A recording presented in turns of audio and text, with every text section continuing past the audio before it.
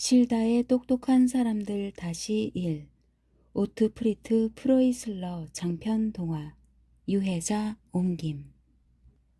오트프리트 프로이슬러 1923년 체코 보헤미아 지방의 라이엔베르크에서 태어났습니다.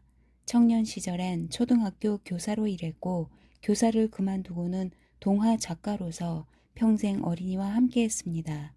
모두 25권의 동화책을 발표했는데 수십여 개의 언어로 번역되어 지금도 세계 어린이들의 많은 사랑을 받고 있습니다.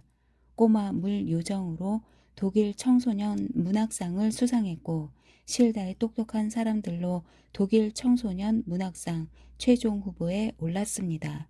1972년에는 가장 명예로운 상인 안데르센상을 수상했으며 가장 뛰어난 작품으로는 크라바트가 뽑혔습니다. 이 외에도 왕도둑, 호첸플러츠, 꼬마 마녀 등의 작품을 썼습니다. 1.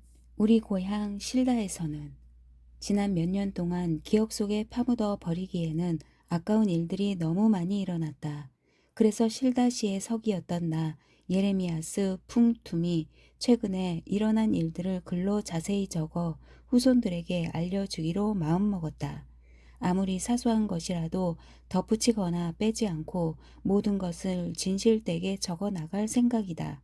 먼저 사건이 일어난 장소부터 소개하는 게 순서일 것 같다. 이미 실다에 대해 알고 있는 사람은 이 대목은 읽지 않고 그냥 건너뛰어도 된다. 하지만 아직 실다에 대해 알지 못하는 사람에게는 이 설명이 도움이 될 것이다. 실다시는 큰 실다강과 작은 실다강이 겹쳐지는 곳에 있었다. 지금은 사라졌기 때문에 나는 일부러 있었다라고 쓴다. 8년 전에 도시를 이루던 성곽의 흔적까지 모두 불에 타 도시 전체가 사라져버렸다. 불은 그곳에 살았던 우리 실다 사람들 스스로 붙였다. 왜? 무엇 때문에? 그 이유는 차차 설명하겠다. 실다의 북쪽 끝 두 갈래의 개천이 만나는 곳에는 갈대밭으로 에워싸인 실다 호수가 있었다. 우리는 한때 그곳에 시청의 종을 숨겨두었다. 그 일에 대해서도 나중에 자세히 설명하겠다. 실다 남쪽에는 몹시 가파른 실다산이 우뚝 솟아 있었는데 도시 쪽으로는 나무가 별로 없었다. 나는 그 산에 여러 번 올라가 나무 판자로 지붕을 얹은 집들, 구불구불한 골목길, 나무로 지은 성 도미안 교회, 시청 등 평화로워 보이는 실다를 내려다 보곤 했다. 시청 건물은 무척이나 멋있었다. 그때를 생각하면 지금도 가슴이 미어진다. 번듯한 시가 다 그렇듯이 실다도 사방이 성곽으로 에워싸여 있었다. 네 개의 성문이 사람들의 통행을 통제했다. 우리는 성문을 호수문, 소금문, 남문, 돼지문이라고 불렀다. 소금문은 해마다 가을이 될 무렵 비싼 소금을 실다에 싣고 오던 소금 장수들이 그 문으로 들어오곤 했기 때문에 붙은 이름이었다. 호수문과 남문은 특별히 설명하지 않아도 될 것 같다. 돼지문은 시에서 기르는 돼지를 치는 사람이 아침마다 그 문으로 돼지떼를 이끌고 나갔다가 저녁 때 다시 시내로 돌아오기 때문에 붙은 이름이었다. 실다에 있던 길과 집들에 대한 설명도 빼놓지 말아야 할 것 같다. 바늘귀 거리, 말죽 거리, 오리구이 거리, 국수집 같은 것들이 많이 있었지만 이 자리에서 하나하나 설명하기에는 아직 이른 듯하다. 망하기 전까지 실다에는 주민 367명이 살아 있었고 그 중에 4분의 1은 남자 어른들이었고 나머지는 여자와 아이들이었다. 실다 사람들은 구두 제조공, 재단사, 맥주 제조 기술자, 도살장 주인, 제과 기술자, 납땜장이, 내장장이와 같이 다양한 직업을 가지고 있었지만 한 가지 공통점이 있었다. 각자 열심히 농사를 짓고 집에서 가축도 길렀다는 거다. 그래서 사람들마다 농사 짓는 땅이 있었고 집에는 가축을 기르는 우리와 헛간이 있었다. 또한 집집마다 시에서 운영하는 쓰레기장을 집 앞에 두고 있었으니 실다 사람들이 그 시절 얼마나 풍족하게 살았는지 쉽게 짐작할 수 있을 것이다. 실다에 와서 시내를 한 바퀴 돌아본 사람은 어디를 가든지 닭이 꼬꼬댁 거리는 소리, 거위와 오리들이 꽥꽥 대는 소리, 비둘기가 구구 거리는 소리, 돼지가 꿀꿀 대는 소리를 들어야만 했다. 날마다 소들은 음매, 양들은 매, 말들은 히힝 하며 우는 소리를 냈다. 여기저기서 당나귀들의 울음소리도 들리고 크고 작은 개들이 요란하게 짖어대는 소리도 났다. 실다에는 그렇게 여러 가지 가축들이 있었다. 그러나 고양이만은 눈을 씻고 찾아봐도 볼 수 없었다. 고양이로 말하자면 유독 고양이만큼은 우리가 사는 실다에 절대 발을 들여 놓을 수 없었다. 특이하다고 생각하는 사람도 있을 거다. 그러나 실다 사람이라면 우리가 왜 그렇게 철저히 고양이를 꺼려 했는지 그 사정을 잘 알고 있었다. 그 이유는 정말 무엇이었을까? 우리는 천번만번 조심하기 위해서 그렇게 했다. 옛날, 아주 오래전 옛날에 실다의 어떤 늙은 집시가 나타나 이렇게 예언했다고 한다. 당신들이 살고 있는 이 도시는 끔찍한 종말을 맞게 될 거요. 검은 연기가 치솟으면서 불길에 휩싸이고 마침내 불에 탄 제 밖에 남지 않을 거요. 그게 다 고양이 때문입니다. 뭐라고? 고양이 때문이라고? 사람들은 믿을 수 없어서 되물었다. 그래요, 고양이요. 내 말을 믿든 안 믿든 반드시 그렇게 될 거라고 난 분명히 경고했소. 늙은 집시가 다시 고집스럽게 말했다. 우리 조상들은 그의 말을 가슴속 깊이 새겼다. 세상 일은 아무도 미리 알 수 없어. 어쨌든 조심하는 게 좋을 것 같아. 그날부터 사람들은 고양이를 실다해서 몰아냈다. 검은 고양이, 하얀 고양이, 회색 고양이, 밤색 고양이, 못생긴 고양이, 아무튼 몽땅 다 쫓아냈다. 앞으로 절대 고양이를 기르지 맙시다. 사람들은 모두 한 목소리로 외쳤다. 그 뒤부터 실다에서는 고양이를 찾아볼 수 없었다. 그게 과연 우리에게 도움이 되었을까? 그렇다 했는데도 우리는 실다가 망하는 걸 막을 수 없었다. 앞에서 말했듯이 그런 불행한 일이 8년 전에 일어나고 말았다. 그렇게 된 원인은 고양이가 아니라 생쥐를 잡는다는 생쥐개 때문이었다. 하지만 벌써부터 자세히 말해주면 이야기를 끝까지 할 까닭이 없어지기 때문에 일단은 그 정도만 밝혀두겠다. 이야기를 다시 처음으로 돌려놓아야겠다. 먼저 우리 조상들이 살았던 시절부터 시작해야겠다. 우리 할아버지들은 아주 특별히 지혜로우신 분들이었다. 너무 똑똑해서 아무리 공부를 많이 한 교수라도 그분들과 비교하면 멍청이까지는 아니지만 어리석은 편이라고 말할 수밖에 없었다. 예전에 실다는 세상 모든 사람들에게 존경받는 곳이었다. 황제와 왕, 영주와 공작들이 어려운 문제가 생기면 우리 할아버지들을 찾아와 도움말을 듣고자 했다. 그럴 때마다 실다 사람들은 훌륭한 해결책을 찾아주었다. 그런 소문이 멀리 있는 러시아, 마게도니아와 터키 제국으로까지 자자하게 퍼져나갔다. 그런데 세월이 지나면서 터키 제국은 문제가 생길 때마다 신하를 실다로 보내 해결책을 갖고 올 때까지 몇 주일씩이나 기다리는 상황을 힘들어했다. 그래서 터키의 왕은 이 일을 쉽게 해결할 수 있는 방법이 없을까 고민하게 되었다. 그러자 실다에서는 터키 제국에 남자 한 명을 보내 아예 그곳에 살면서 해결책을 찾아주도록 하겠다고 했다. 터키 제국은 이 제안을 기쁘게 받아들이며 만족스러워했다. 다른 나라의 황제, 왕, 영주와 공작들이 그 소식을 전해 들었다. 그들은 자기들도 터키 제국을 따라 하기로 결정했다. 그들도 궁전에 실다의 남자를 한 사람씩 모시기로 한 것이다.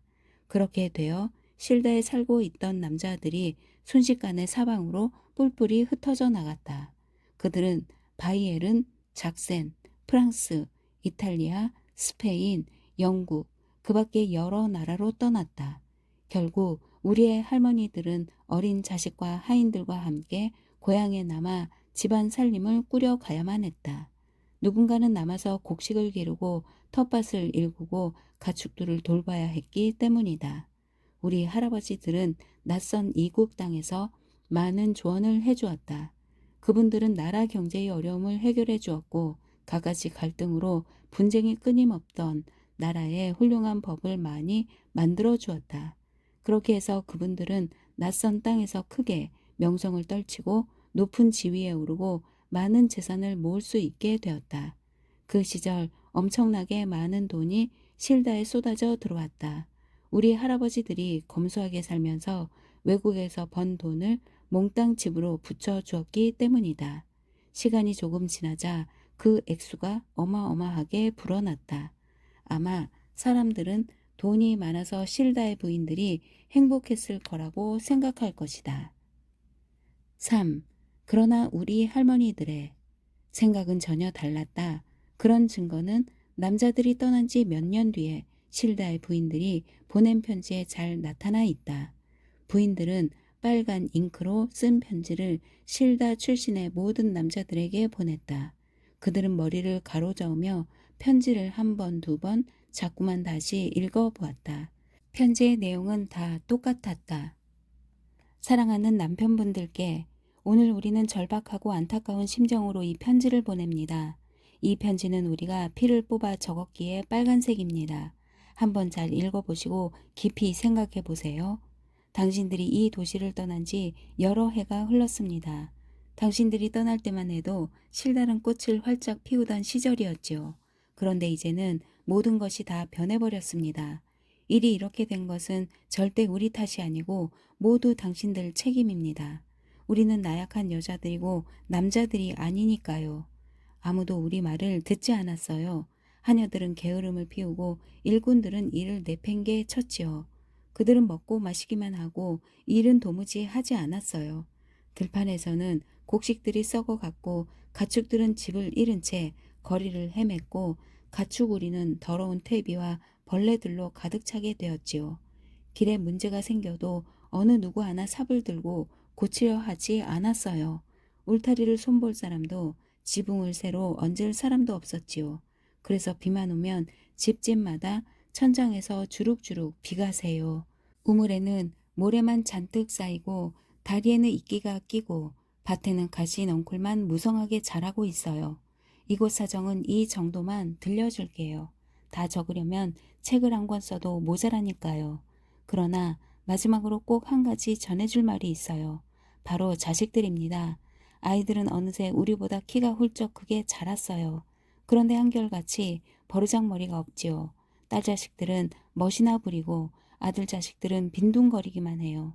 어쩌다 우리가 야단이라도 치려고 하면 오히려 말대꾸를 하며 대들지요. 우리가 어떻게든 잘 키워보려고 했으면 그런 우리를 비웃기나 한답니다. 한마디로 말해서 아이들에게는 엄격한 아버지의 손길이 필요한 거예요. 더 이상 편지를 길게 쓰고 싶은 생각은 없어요. 당신들은 다 똑똑하니까 우리가 말해주지 않아도 어떻게 해야 하는지 잘 알 거예요.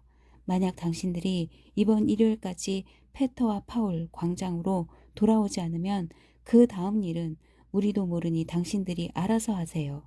실다의 여인들이 함께 씀.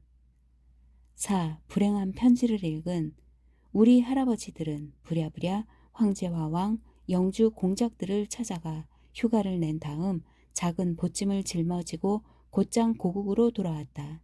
실다에 와서 보니 생각했던 것보다 상황이 훨씬 더 나빴다. 몇 년 전 실다를 떠났을 때의 모습은 거의 남아있지 않았다. 모든 것이 완전히 엉망이 되어 있었다. 특별한 대책을 세워야 합니다. 남자들이 한 목소리로 말했다. 어떤 대책을 세워야 하나? 이 심각한 문제에 대해 그들은 근본적인 해결책을 마련하기로 했다.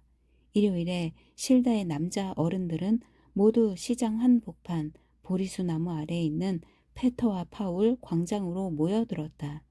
존경하는 이웃과 친구 여러분, 제일 나이 많은 할아버지가 대표로 인사했다. 모두 건강한 모습으로 이렇게 다시 돌아온 것을 보니 기쁩니다. 하지만 기뻐할 거라고는 우리가 이렇게 만났다는 것뿐입니다. 당신들도 내 말이 무슨 뜻인지 잘 알 겁니다. 우리가 나가 있는 동안 실다에는 도저히 말로 표현할 수 없는 끔찍한 일들이 일어났습니다. 이것은 절대 그냥 넘어갈 수 없는 현실입니다. 그래서 이런저런 쓸데없는 말은 그만하시고 이 어려운 문제를 빠른 시일 안에 해결할 수 있는 방법에 대해 이야기해 보도록 합시다. 좋은 생각이 있는 사람은 손을 들고 말해 주시오. 우리 할아버지들은 각자 생각하고 있는 것들을 차례대로 말했다. 사람들은 무엇보다 하녀와 하인들을 다시 부지런한 일꾼으로 만들어야 한다고 말했다. 그리고 자식들이 다시 어른 말을 잘 듣고 올바르게 자랄 수 있도록 지도해야 한다는 말도 했다. 그 밖에 다른 문제들은 천천히 해결하기로 했다. 다 좋습니다. 이야기가 어느 정도 매듭 지어졌을 때 터키에 가 있던 사람, 정확히 말하자면 내 어머니의 할아버지, 곧 나의 외증조 할아버지였다. 가 일어나 말했다. 그러나 한 가지 명심해 둘 것이 있습니다. 도대체 우리가 왜 가족을 남겨두고 낯선 나라에 가 있어야만 했습니까? 그 대답은 제가 하겠습니다. 이 모든 일의 원인은 바로 우리가 너무 똑똑했기 때문입니다. 그게 무슨 말이요? 사람들이 놀라며 물었다. 아주 간단합니다.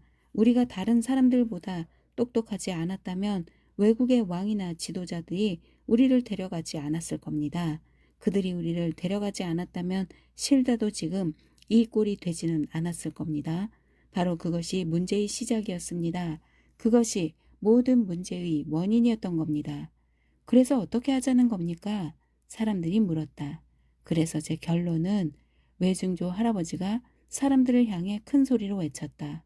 모든 불행을 불러온 우리의 영리한 생각들을 지금 이 자리에서 없애버려야 합니다. 그렇습니다, 여러분. 없애버려야 합니다. 앞으로 우리 모두 바보 행세를 합시다. 그렇게 하면 앞으로는 황제나 왕이나 영주나 공작도 우리를 괴롭히지 않을 것이고 실다는 다시 평화를 찾게 될 겁니다. 이것이 저의 제안입니다. 여러분의 생각을 말씀해 주시기 바랍니다. 5. 다른 남자들은 순순히 외증조 할아버지의 제안을 따르고 싶어 하지 않았다. 그래서 일주일 동안 생각할 시간을 달라고 했다. 그때까지 바보 행세를 하면 생길 수 있는 결과의 장점과 단점을 꼼꼼히 짚어보겠다고 약속했다. 외증조 할아버지는 그 제안을 받아들였다. 하지만 결정을 내릴 때까지 아무 일도 하지 않은 채 손 놓고 기다리지만은 않았다. 외증조 할아버지는 자신의 뜻을 따를 남자들을 찾아다니기보다 더 나은 방법을 썼고 결국 실다의 여자들을 모두 당신 편으로 만들었다. 우리 할머니들은 외증조 할아버지의 부탁을 모른 채 하지 않았다. 그들은 실다 사람들이 바보 행세를 하게끔 나름대로 도움을 주었다. 어떤 여자들, 특히 젊은 부인들은 일주일 내내 남편이 좋아하는 음식만 내놓았고 온갖 애교를 부리며 상냥한 목소리로 이렇게 말했다. 여보, 당신이 집에 있으면 우린 언제나 이렇게 살 수 있어요. 그러면 당신은 실다에서 가장 행복한 사람이 될 거예요. 혹시 제가 마음에 들지 않는 건 아니죠? 내일은 달콤한 꿀빵을 만들어 드릴까요? 당신이 원하시면 거위 요리도 해 드릴 수 있어요. 뭐든지 원하는 게 있으면 다 말해요. 다 들어드릴게요. 다만 영원히 나와 함께 같이 살아요. 젊은 여자들은 그런 식으로 남편을 꼬드겼다. 그런가 하면 정반대의 방법을 쓰는 여자들도 있었다. 그들은 남편을 한시도 가만두지 않고 달달 볶으면서 구두주걱이나 장작을 집어 던지기도 하고 괭이나 프라이팬 같은 것을 던지며 악다구니를 썼다. 다음 일요일에 그렇게 하겠다고 하지 않으면 가만두지 않을 거야? 감히 내 뜻을 어기려면 어디 그렇게 해보라고. 내가 그 대가를 톡톡히 치르게 해주고 말 테니까. 여기 빗자루 보이지? 이걸로 당신을 실컷 두들겨 패고 말겠어. 내가 허튼 소리 하지 않는 사람이란 건 당신도 잘 알지? 평생 한 번도 겪어보지 못한 망신을 당하게 해줄 테니까 두고 보라고. 세 번째 방법을 쓰는 여자들도 있었다. 그들은 냉탕과 온탕을 오가는 방법으로 남편을 마음대로 요리했다. 오전에는 다정하게 잘해주고 오후에는 잔소리를 하거나 으름장을 놓았다. 또는 순서를 바꿔서 하기도 했다. 그 방법도 효과가 있었다. 어쨌든 일주일이 지난 다음 다시 같은 장소에 모이게 된 할아버지들은 외증조 할아버지가 했던 제안에 만장일치로 찬성했다. 모두들 큰 소리로 이렇게 맹세했다. 여기 실다의 광장에 모인 우리는 우리의 똑똑함이 큰 문제를 일으켰다는 것을 인정하기로 했다. 그래서 우리는 이제부터 그것과 인연을 끊기로 결정했다. 실다의 시민들과 어린 자식들 그리고 앞으로 태어날 후손들은 영원히 바보처럼 생각하고 바보처럼 행동하면서 바보 행세를 하기로 한다. 우리는 고향에 대한 사랑으로 이러한 희생을 달게 받아들일 것이다. 우리는 위와 같은 내용을 철저히 지킬 것을 이 자리에서 굳게 맹세하는 바이다. 우리에게 신의 가호가 있기를 빈다. 그 순간부터 옛날에 그렇게 똑똑했던 실다 사람들은 어리석고 바보스러운 행동을 하며 살게 되었다. 남자들은 날마다 싸움을 벌였고 틈만 나면 다른 사람을 화나게 하거나 약 올리는 것으로 하루하루를 보냈다. 그때 그들이 했던 행동들은 정말 어처구니 없는 짓들이 너무 많았다. 하지만 이 자리에서는 더 이상 말하고 싶지 않다. 이제는 우리들의 이야기를 하고 싶기 때문이다. 6. 손자와 증손자로 태어난 우리들은 어렸을 때부터 바보처럼 행동하며 살아야 한다는 게 마음에 들지 않았다. 실다의 훌륭한 명성은 점점 사라지고 그곳에 살고 있는 우리는 진짜 바보 멍청이가 되어갔다. 그런 상황을 우리는 무척 답답해했고 누군가 우리를 구원해 주기를 간절히 바랐다. 그 시절 실다의 시장이자 내 장인 어른이었던 사무엘 헤켈만 씨는 원래 밧줄 꼬는 일을 하며 살던 사람이었다. 그는 시민들이 편안한 마음으로 살아갈 수 있게 하는 것을 가장 중요하게 생각하는 정직한 사람이었다. 그는 어느 날 우리를 한 자리에 모아놓고 이렇게 말했다. 여러분도 잘 알다시피 실다의 명성은 땅에 떨어졌습니다. 조상들에게서 물려받은 똑똑함을 다른 사람들에게 내보이지 않기 위해서 일부러 그렇게 했기 때문입니다. 나는 이 자리에서 앞으로도 우리가 계속 이런 식으로 살아가야 할 것인지를 이웃과 친구들에게 묻고 싶소. 아니요. 내 막내 누나의 남편이며 정육점을 하는 칼부펠이 큰 소리로 외쳤다. 아니요. 나도 소리쳤고 시장에 모여있던 사람들도 소리쳤다. 네, 그럴 줄 알았소. 헤켈만 시장이 이렇게 말하고는 턱수염을 기분 좋게 쓰다듬었다. 하지만 어떻게 해야 좋은지 방법을 아는 사람 있나요? 대장장이가 물었다. 그러자 빨간곰 식당 주인도 한마디 거들었다. 아는 사람은 어서 말 좀 해줘요. 좋은 방법이 있어요. 헤켈만 시장이 말을 이었다. 이제부터는 더 이상 바보짓을 하지 않는 겁니다. 어리석은 짓을 그만두고 일부러 남을 속이지 않으면서 있는 그대로의 모습으로 사람들을 대해야 합니다. 그러면 우리는 다시 똑똑한 사람들이 될 겁니다. 그게 좋은 방법이에요.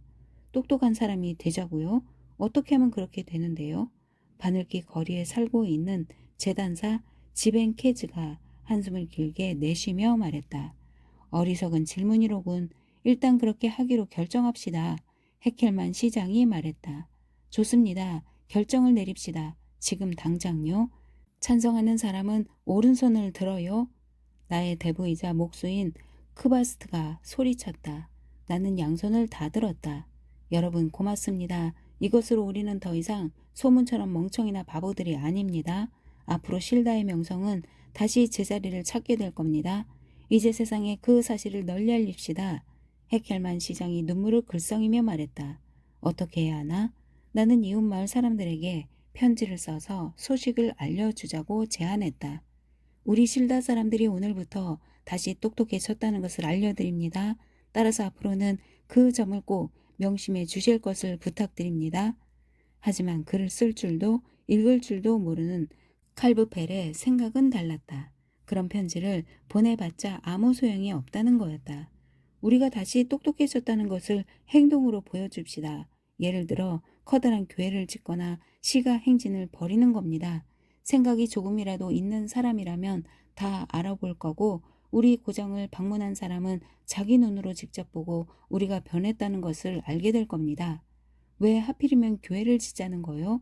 기왕 집을 지을 거면 시청을 짓기로 합시다. 빵집 주인인 자우어 브로트가 소리쳤다. 시청이라니? 그때까지 우리는 회의를 해야 할 때면 광장에 모여서 했고 겨울이나 비가 올 때만 빨간곰 식당에서 했다. 그래서 사람들은 모두 자우어 브로트의 제안이 좋다고 했다. 다만 식당 주인만 볼멘 소리를 했다. 그 까닭이야 굳이 설명하지 않아도 다 알 수 있을 것이다. 어쨌든 그의 반대는 별 소용이 없었다. 자, 그럼 결정했습니다. 이제부터 우리는 시청을 짓는 겁니다. 실다를 찾아오는 사람이라면 누구나 그것을 보고 우리가 똑똑한 사람들이라는 것을 알아차릴 겁니다. 헤켈만 시장이 말했다. 7. 큰 계획은 대체로 천천히 진행된다. 그러나 이번에 우리는 한시라도 지체하지 않으려고 곧장 집으로 뛰어갔다.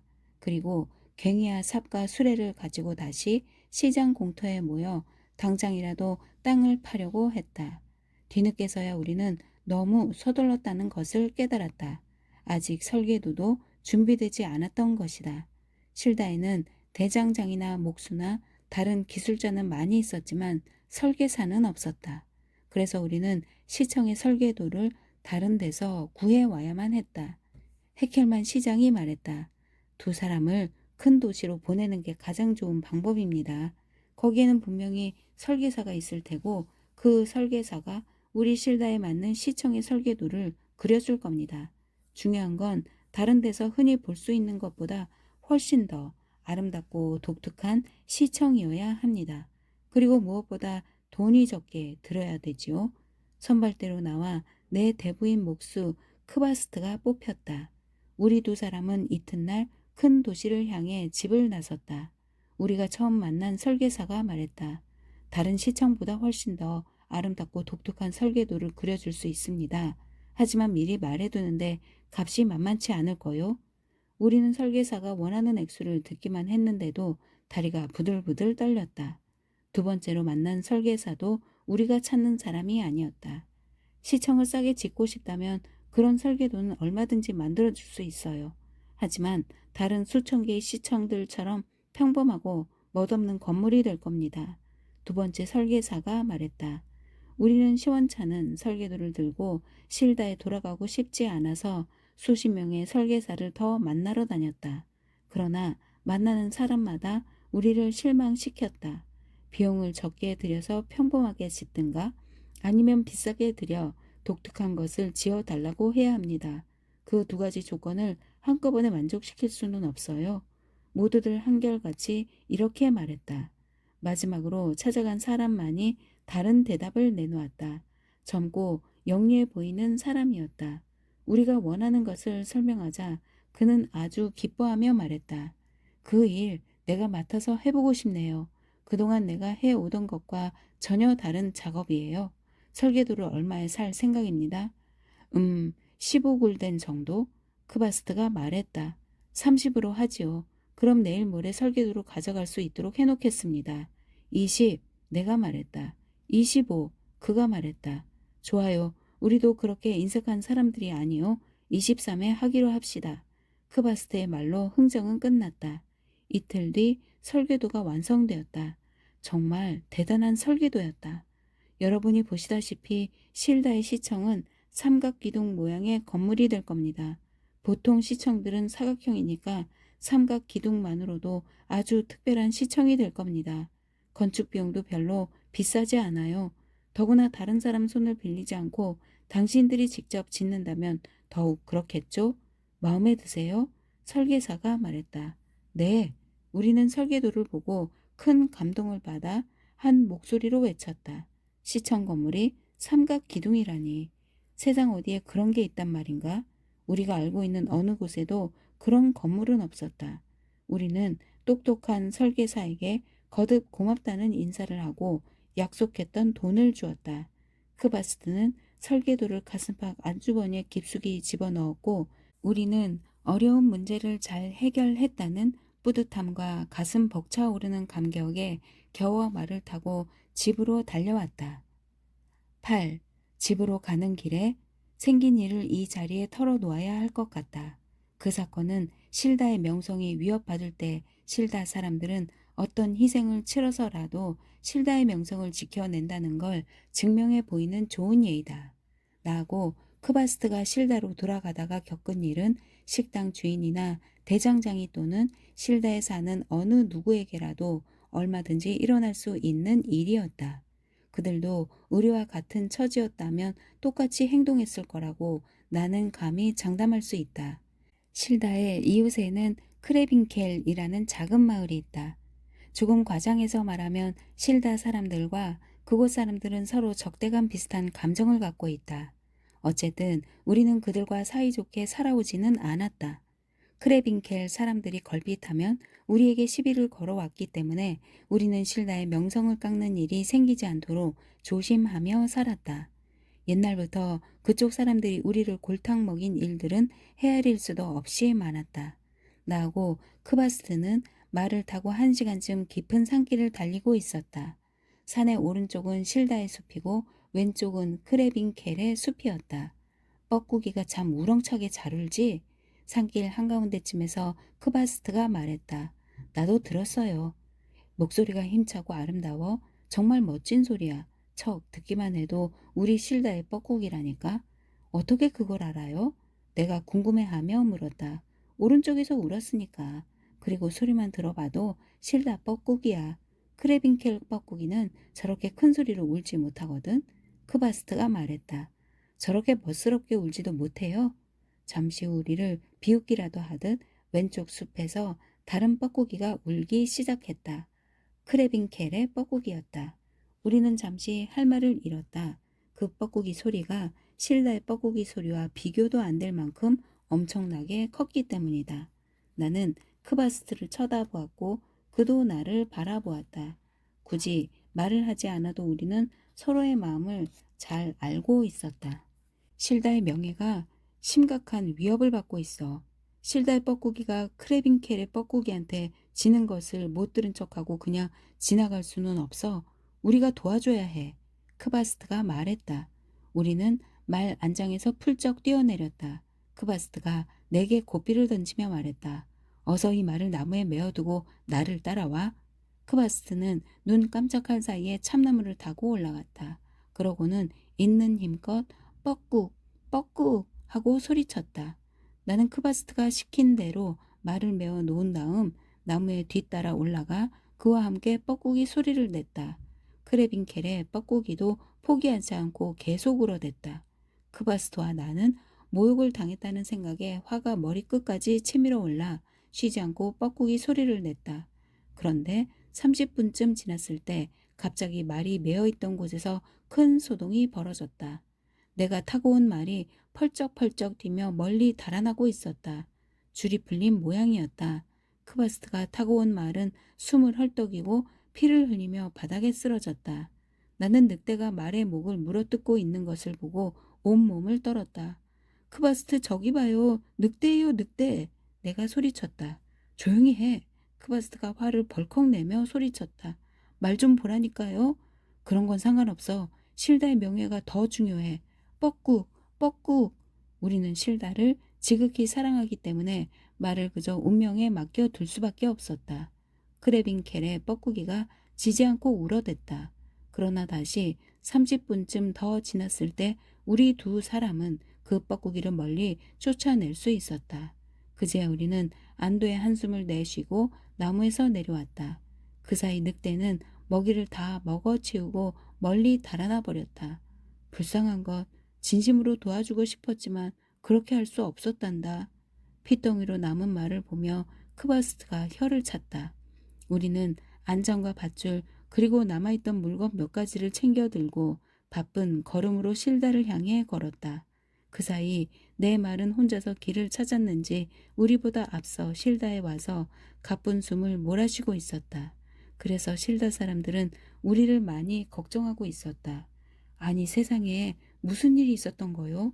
사람들이 나와 크바스를 맞이하며 걱정스레 물었다. 우리는 숲에서 일어난 일을 자세히 들려주었다. 그 말을 다 듣고 나서 헤켈만 시장이 말했다. 훌륭해. 정말 훌륭해. 그대들은 우리 실다의 명성을 지키기 위해 용감하게 싸웠소. 실다를 대표해 깊이 감사 인사를 드리는 바요. 당신이 탈 말은 당연히 시의 돈으로 다시 사주리다.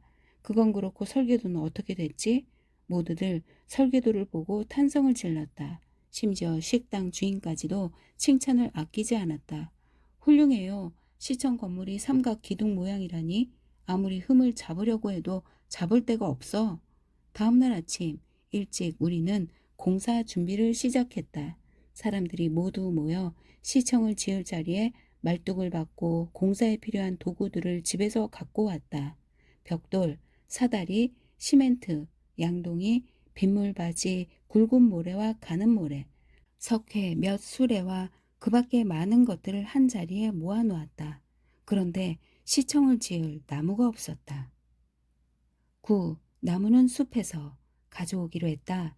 우리는 실다 남쪽에 있는 실다산에 올라가 일주일 내내 부지런히 나무를 뱄다. 그러고는 손바닥에 침을 퇴퇴 뱉으며 무거운 통나무를 밑으로 끌고 가려고 했다. 산이 이렇게 높지만 않으면 정말 좋을 텐데. 바늘길 거리에 살고 있는 재단사 지벤케즈가 한숨을 지으며 말했다. 한숨을 쉰다고 산이 낮아지는 건 아니야. 투덜댄다고 되는 일도 아니고 안타깝지만 나무를 번쩍번쩍 들어 옮길 수도 없는 노릇이지. 그렇다고 절망할 것까진 없어. 크바스트가 말했다. 크바스트의 제안에 따라 우리는 밧줄과 막대기를 들고 잘라놓은 통나무 옆에 모였다. 그리고 통나무들을 하나씩 힘겹게 산 꼭대기로 끌고 가서 잠시 숨을 몰아쉰 다음 반대편 산등성이로 끌어내렸다. 엄청나게 힘든 일이었다. 더구나 나무를 베느라고 땀을 많이 흘렸기 때문에 더 그랬다. 온몸이 땀에 흥건히 젖었다. 마지막으로 가장 무겁고 굵은 통나무가 남았다. 우리는 그것을 기분 좋게 산 꼭대기로 밀어 올렸다. 그런데 반대쪽 산 등성이로 끌어내리려고 할 때 예상치 못한 일이 벌어졌다. 밧줄이 끊어진 것이다. 그러자 통나무가 저절로 대굴대굴 구르며 산 등성이를 내려가더니 다른 통나무가 있는 계곡에 잘 도착하는 게 아닌가. 세상에 저럴 수가. 나무가 저렇게 저절로 산을 내려갈 수 있었는데 우리는 왜 바보같이 밑으로 끌어내리느라 그 고생을 했죠? 진작에 그렇게 해야 했는데. 헤켈만 시장이 눈을 휘둥그레 뜨며 말했다. 하나가 그랬다고 다른 것들도 그럴 수 있다고 생각하는 겁니까? 식당 주인이 물었다. 당연하지요. 우리는 바보가 아니니까. 그 정도는 잘 알아요. 저 게으름뱅이들에게도 우리가 똑똑하다는 것을 가르쳐 줍시다. 자, 모두 힘을 합칩시다. 헤켈만 시장이 소리쳤다. 우리는 손바닥에 침을 퇴퇴 뱉고 산에서 끌어내린 통나무들을 다시 하나씩 산 위로 끌고 올라갔다. 다만 저절로 밑으로 굴러온 굵은 통나무는 그대로 두기로 했다. 이건 영리하니까 그냥 둡시다. 시장이 굵은 통나무를 보고 말했다. 이번에는 더 각별히 신경 써서 나무를 끌어 올려야만 했다. 시내 쪽 산 등성이가 반대편보다 더 가파랐기 때문이다. 당연한 얘기겠지만 일이 무척 힘들었다.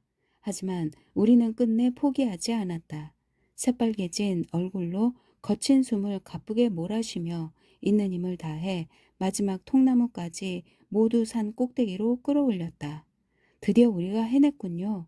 쌓여있는 통나무 앞에 서서 헤켈만 시장이 숨을 길게 내쉬며 잠시 헛기침을 했다. 너희들도 잘 봤겠지?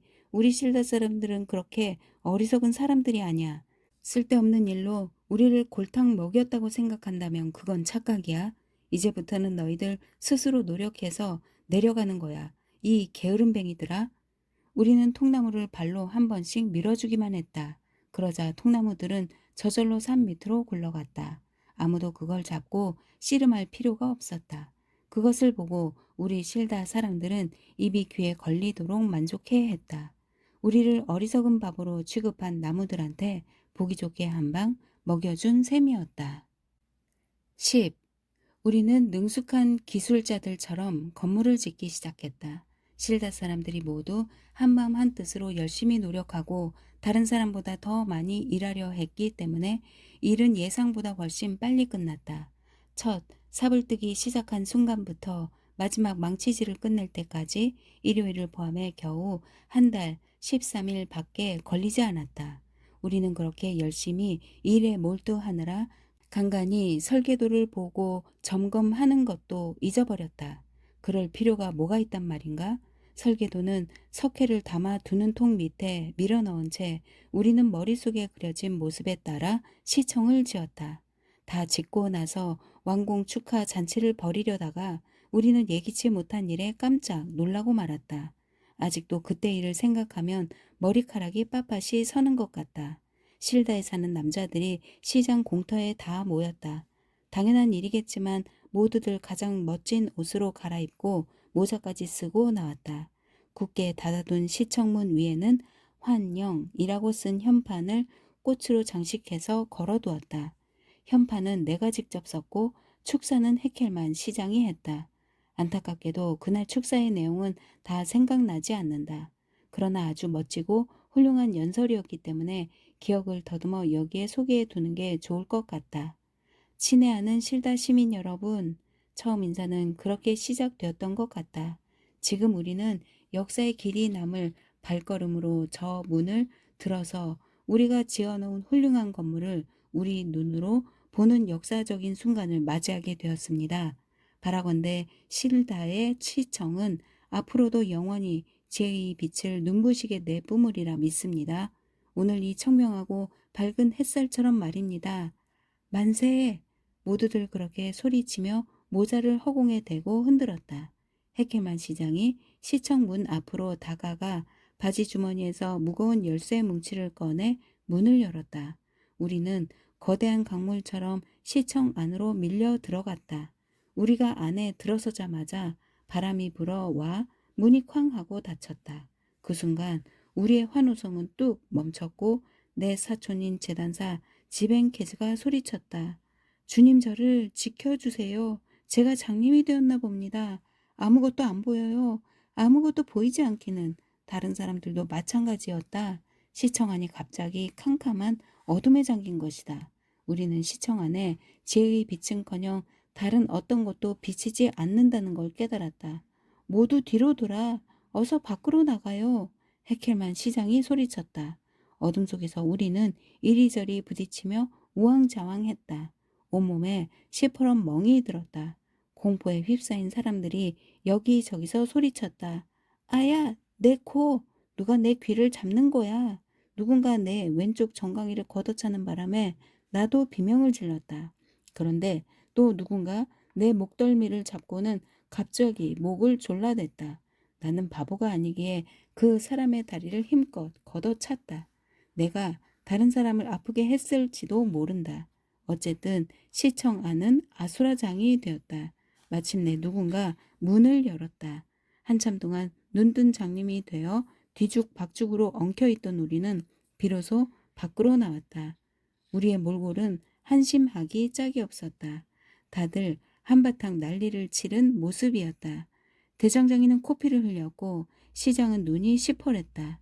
식당 주인은 다리를 저었고 정육점 주인은 송곳니가 빠졌다. 멀쩡한 사람이 하나도 없었다. 어떤 사람은 손으로 다리를 문질렀고 어떤 사람은 엉금엉금 기어 나왔다. 도와줘, 도와줘, 장님이 된 것 같아. 아무것도 안 보여, 도와줘. 재단사 지벤케즈가 애타게 소리쳤다. 우리가 그를 도와주었다. 그건 별로 어려운 일이 아니었다. 갈팡질팡 하다가 누군가 그의 모자를 밑으로 잡아당긴 모양이었다. 모자를 푹 눌러 쓰고 있어서 앞이 보이지 않았던 것이다. 내가 모자를 벗겨주었고 그것으로 문제는 해결되었다.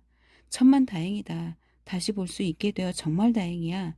지벤케스가 안도의 한숨을 내쉬며 말했다. 우리는 신기한 듯 자꾸만 눈을 깜빡이는 그를 놔두고 좀 더 심각한 문제에 대해 이야기했다. 도대체 원인이 뭘까? 저렇게 멋진 시청안이 왜 그렇게 캄캄했던 거지? 우리는 곰곰이 생각해 보았다. 아마도 집을 지을 때 실수를 한 것 같았다. 너무 급히 서두르다가 그것을 눈치채지 못한 채 일을 마무리 지었던 것이다. 하지만 우리가 저지른 실수가 정확히 무엇인지는 아무도 알아내지 못했다. 한참 만에 해켈만 시장이 말했다. 설계도를 가져와서 살펴봅시다. 석회를 담아두는 통 밑에 두었으니 어디 도망가지는 않았을 거요. 설계도는 물론 놓아둔 자리에 그대로 있었다.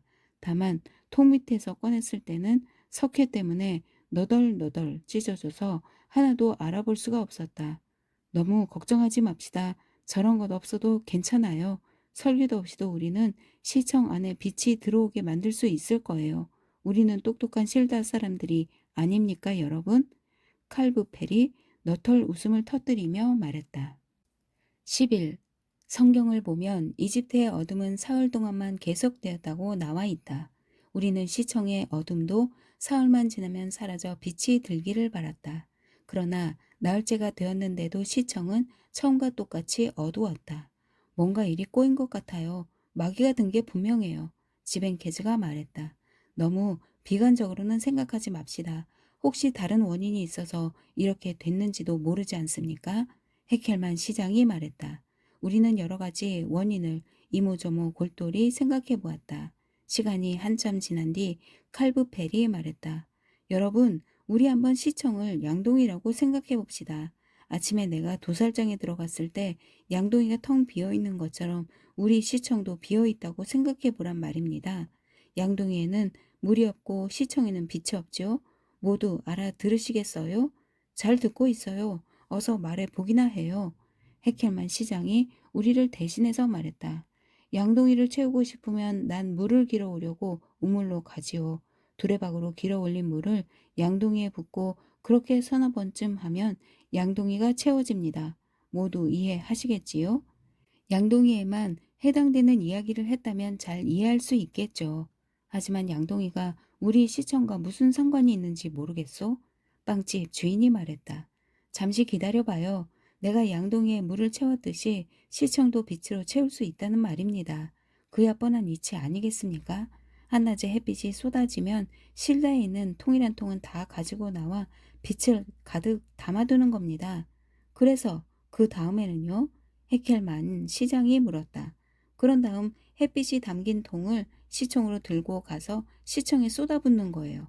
시청이 빛으로 가득 찰 때까지 말입니다. 우리는 모두 감탄하며 소리쳤다. 기막힌 아이디어로군요. 그렇게 합시다. 실다의 시청이 빛으로 넘쳐날 때까지 우리 모두 그렇게 합시다. 12. 그날따라 햇빛이 따사롭게 내리쬐고 있었다. 우리는 밥을 먹자마자 바구니, 술통, 냄비 따위를 갖고 시장 공터로 나갔다. 크바스트는 수레를 끌고 나왔다. 다른 사람들도 빈 통을 들고 나왔다.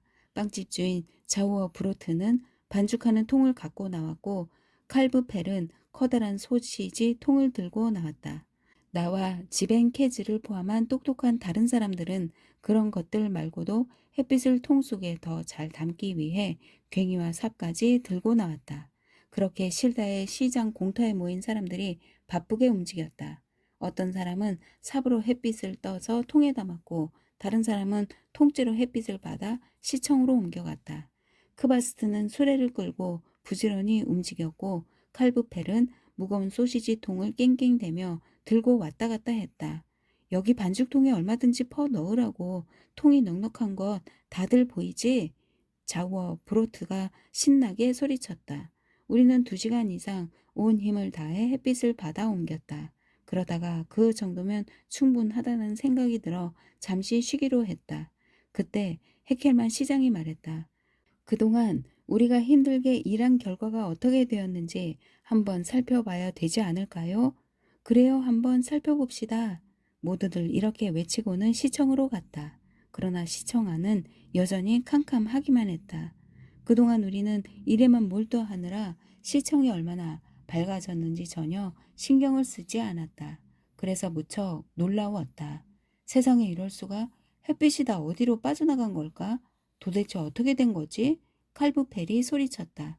안타깝지만 우리가 신중하고 똑똑하게 생각하지 않고 일을 한 것 같아요. 제 생각에는 햇빛을 속이는 방법이 좋을 것 같습니다. 말하자면 햇빛을 꼼짝 못하게 붙잡자는 겁니다. 지벤케츠가 말했다. 붙잡는다고? 대장장이와 식당 주인이 동시에 소리쳤다. 내가 시범을 보여드릴게요. 지벤케츠가 자신있게 말했다. 그는 쏜살같이 집으로 달려가더니 손에 뭔가 가지고 돌아왔다. 바로 쥐덫이었다. 지벤케즈는 쥐덫을 공터에 내려놓고 벌려놓은 덫 안으로 햇빛이 비쳐 들 때까지 기다렸다. 그러다가 햇빛이 들어오면 잽싸게 덫을 건 다음 그것을 들고 시청 안으로 휙 달려갔다. 헤켈만 시장이 소리쳤다. 대단해요. 정말 지혜롭습니다.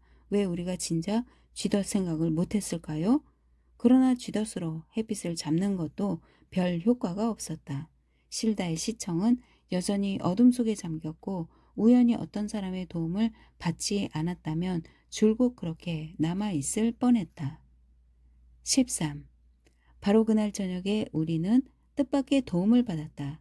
우리의 해결사는 여행을 하고 있는 목수의 모습으로 나타났다. 그는 어두운 시청 때문에 큰 슬픔에 잠겨 있는 우리에게 무슨 일이 있었느냐고 물었다. 우리는 그에게 답답한 사정을 털어놓았다. 정말 답답하기 짝이 없는 현실입니다. 헤켈만 시장이 이렇게 말을 끝맺었다. 목수는 삼각기둥 모양으로 된 시청을 슬쩍 쳐다보고 나서 말했다. 시장님, 제가 이 어려운 문제를 해결해 드리면 나한테 얼마를 주시겠습니까? 우리는 15골덴을 주겠다고 했고 그는 20골덴을 달라고 했다. 원하는 대로 주겠소. 시청 안이 밝아지기만 한다면 말이오. 우리가 어떻게 해야 하는지 어서 말해 주시오. 일단 저녁 식사부터 해야지요. 그리고 잠잘 곳도 필요합니다. 오늘은 너무 늦었으니 내일 얘기를 계속하지요. 그래서 우리는 목수를 식당으로 데리고 갔다. 식당 주인은 시에서 돈을 받기로 하고 그에게 맛있는 저녁을 대접했다. 그는 고깃국에 닭고기와 야채로 푸짐하게 식사를 했다. 거기에다 포도주도 마시고 나중에는 호두와 땅콩까지 먹었다. 목수는 돈에 신경 쓰지 않고 더 이상 먹지 못할 때까지 꾸역꾸역 먹어댔다. 그런 다음 식당 주인에게 가장 좋은 방을 달라고 해서 제왕처럼 멋진 침대에서 잠을 잤다. 다음 날 아침 목수는 늦잠을 늘어지게 자고 일어났다. 우리들은 일찌감치 식당 앞에 모여 그를 기다렸다. 먼저 아침 식사부터 합시다. 그런 다음에 일을 시작하지요. 목수가 창문 밖으로 소리쳤다. 그는 우리가 내는 돈으로 잡곡빵과 달걀 프라이와 꿀빵을 푸짐하게 먹었다. 더 이상 먹을 수 없을 때까지 먹고 나자 목수는 그제야 밖으로 나왔고 시장은 그를 반갑게 맞이했다. 드디어 나와주셔서 정말 고맙습니다. 궁금해서 아까부터 와서 기다리고 있었습니다. 우리는 그를 앞세우고 함께 시청으로 갔다. 시청에 도착하자 목수가 심각한 표정으로 말했다. 여러분, 실다의 시청이 밝아지기를 원합니까? 그럼 지붕을 떼어내세요. 그게 바로 내가 줄 수 있는 해결책입니다. 자, 이제 20불된 주세요. 돈은 반드시 줄 겁니다. 그러나 제대로 되는지 보고 나서 주겠어요. 일단 지붕을 걷어내 봅시다. 그렇게 한 다음 어떤 변화가 있는지 한번 보지요. 만약 당신 말대로 된다면 돈을 줄 거고 그렇지 않으면 안 줄 거요. 헤켈만 시장은 똑똑할 뿐만 아니라 돈 거래를 어떻게 하는지 잘 알고 있었다. 우리는 사다리를 가지고 와서 시청 지붕에 있던 기와장을 하나도 남김없이 다 걷어냈다. 작업이 끝나자 목수가 말했다. 내 말이 맞는지 어서들 확인해 보세요. 우리는 시청 안으로 들어갔다. 정말 시청 안은 아주 환했다. 햇살이 안으로 비쳐들어 구석구석 환하게 밝혀주었다. 우리는 환호성을 질렀고 서로 손을 잡은 채 빙빙 돌며 춤을 추었고 목수를 번쩍 들어 허공에 띄워주었다. 돈 여기 있소. 당신의 충고가 우리에게 큰 도움이 되었소. 진심으로 고맙게 생각하오. 시장이 말했다. 너무 고마워서 한 가지 제안을 더 해야겠어요. 식당 주인이 말을 이었다. 아예 우리 마을에 눌러 사세요. 여기에 계시는 동안 우리 집에서 손님으로 모시겠습니다. 프랑스의 국왕처럼 멋들어지게 지낼 수 있을 겁니다.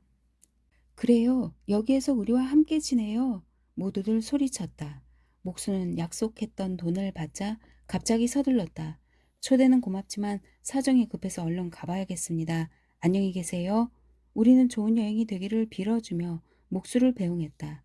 그때까지만 해도 우리는 목수가 왜 그렇게 서두르며 실다를 떠나려고 했는지 그 까닭을 몰랐다. 밝아진 시청에 대한 기쁨은 사흘밖에 가지 못했다. 나흘째 되는 날 갑자기 날씨가 변했다. 마침 우리가 시청에 모여 회의를 하고 있는데 빗방울이 뚝뚝 떨어지기 시작했다. 우리는 깜짝 놀랐고 온몸은 비에 흠뻑 젖었다. 비가 이렇게 계속 쏟아지면 우리 시청은 어떻게 되는 거죠? 이렇게 환한 곳에 앉아 비를 쫄딱 맞는 것보다는 차라리 어두운 곳에 있더라도 비를 맞지 않는 게 더 좋을 것 같은데요. 헤켈만 시장이 걱정스레 말했다. 우리의 생각도 같았다. 그래서 우리는 시청이 어두워지는 것을 각오하고 다시 기와를 지붕에 얹었다. 그런 다음 모든 희망을 포기하고 우리에게 닥친 참담한 운명에 가슴을 쥐어 뜯었다. 14. 수수께끼는 어느 날 느닷없이 꿈에도 생각지 못한 순간에 풀렸다. 앞에서 말했듯이 우리는 시청을 어둡게 한 채 그냥 지내기로 했다. 그래서 회의가 있을 때는 모두 초를 가지고 왔다. 회의록을 쓰는 나는 두 손이 자유로워야 하기 때문에 양초를 모자에 올려놓았다. 사람들이 그걸 보더니 따라하고 싶었는지 자기들도 초를 모자 위에 올려놓았다. 편리할 뿐만 아니라 근사해 보이기까지 하네요. 해켈만 시장이 말했다. 그렇게 해서 시청에 모일 때는 모두 모자 위에 초를 밝혔다. 그러고 있으니까 분위기가 아주 특이했다. 크바스트는 저마다 자신의 지혜를 내보이며 빛을 내뿜는 것처럼 보인다고 말했다. 우리는 시청안이 왜 이렇게 어둡냐는 질문은 차츰 하지 않게 되었다. 마침내 시간이 더 지나자 그것에 대해 말하는 사람은 아무도 없게 되었다. 그러던 어느 날 엄청난 기적이 일어났다. 그날 무슨 회의를 하고 있었는지는 기억나지 않는다. 어쨌든 뭔가 꽤 까다로운 문제가 있었는지 시간이 지나면서 초가 점점 짧게 타 들어갔다. 그러다가 칼부펠의 모자에 불이 붙고 말았다. 다행히 칼부펠은 당황하지 않고 모자를 벗어 바닥에 버리고 발로 지니겨 불을 껐다. 순식간에 일어난 일이었지만 시청 안은 먼지와 고약한 냄새로 가득 찼다. 우리는 눈물을 흘리며 기침을 하고 숨이 막혀 쩔쩔매면서 코를 틀어 쥐었다. 신선한 공기를 마셔야 해. 왜 아무도 창문을 열지 않는 거지요? 해켈만 시장이 소리쳤다. 시장은 자신이 창문을 열어야겠다는 생각에 이리저리 찾아보았지만 시청 어디에도 창문은 없었다. 그제야 우리는 시청에 창문이 없다는 것을 알아차렸다. 공사를 너무 서두르다가 창문 만드는 걸 까먹은 건가? 식당 주인이 어리둥절해하며 물었다. 아마 그랬던 것 같소. 설계도를 보지 않고 집을 지으면 그런 실수를 하기 쉽지. 어쨌든 이제 원인을 알게 됐으니 다행이오. 집을 지을 때에도 창문을 만들지 않으면 빛이 들지 않는 법이지. 실다의 시청도 그럴 수밖에 없었던 거요. 해켈만 시장이 머쓱해져서 머리를 긁적이며 말했다. 그럼 부숴버립시다. 부수고 다시 지읍시다. 성미 급한 대장장이가 말했다. 해켈만 시장이 한숨을 내쉬고는 고개를 끄덕였다. 우리들도 함께 고개를 끄덕였다. 딱 한 사람 크바스트만 그 제안에 반대했다. 모두들 정신이 어떻게 된 것 아니에요? 이렇게 멋진 시청을 부수겠다고요? 사람들한테 비웃음 살 짓은 아예 하지 마세요. 크바스트가 끌과 망치를 가져와 시청 벽에 구멍을 뚫기 시작했다. 그러자 곧 기적이 일어났다. 시청 안으로 빛이 들어오는 게 아닌가. 시청 안이 대낮처럼 환해졌다. 그제야 우리는 우리가 할 일을 알아차리고 얼른 집으로 달려가 끌을 갖고 와서 시청 벽에 구멍을 뚫었다. 모두 한마음이 되어 그렇게 했다. 석회 때문에 먼지가 치솟든 벽돌이 부서져 사방으로 튀든 아무도 상관하지 않았다. 각자 벽에 구멍을 하나씩 뚫었다. 사람들은 큰 구멍, 작은 구멍, 사각형 구멍, 둥근 구멍 또는 뾰족하게 각이 진 구멍을 마음대로 뚫었다. 그렇게 다양한 구멍을 뚫어 놓고 보니 실다의 시청이 제법 그럴듯하게 보였다. 전보다 훨씬 더 아름다웠고 무엇보다도 다른 시청들에 비해 특이해 보였다. 하지만 가장 중요한 것은 우리가 마침내 문제의 원인을 파악했고 그것을 고쳤다는 점이었다. 이제는 낮에 회의를 할 때 양초가 필요 없게 되었고 비가 내려도 비에 젖지 않게 되었다. 가만히 살펴보면 그래도 시청에 뭔가 빠진 것 같아. 우리가 만든 구멍에 유리를 끼우고 난 다음 해켈만 시장이 말했다. 뭐가요? 칼브펠이 물었다. 해켈만 시장이 지붕을 가리켰다. 뭐가 빠졌냐 하면 시청에 종이 없다는 거예요. 꼭 종을 하나 구해와야겠어요. 시청에 걸어두는 종을 사려면 당연히 돈이 많이 든다. 그런데도 시장은 사와야 한다고 굳이 고집했다. 그래서 나는 시청에 모아둔 돈을 탈탈 털어 시장의 바람에 따라 종을 사기로 했다.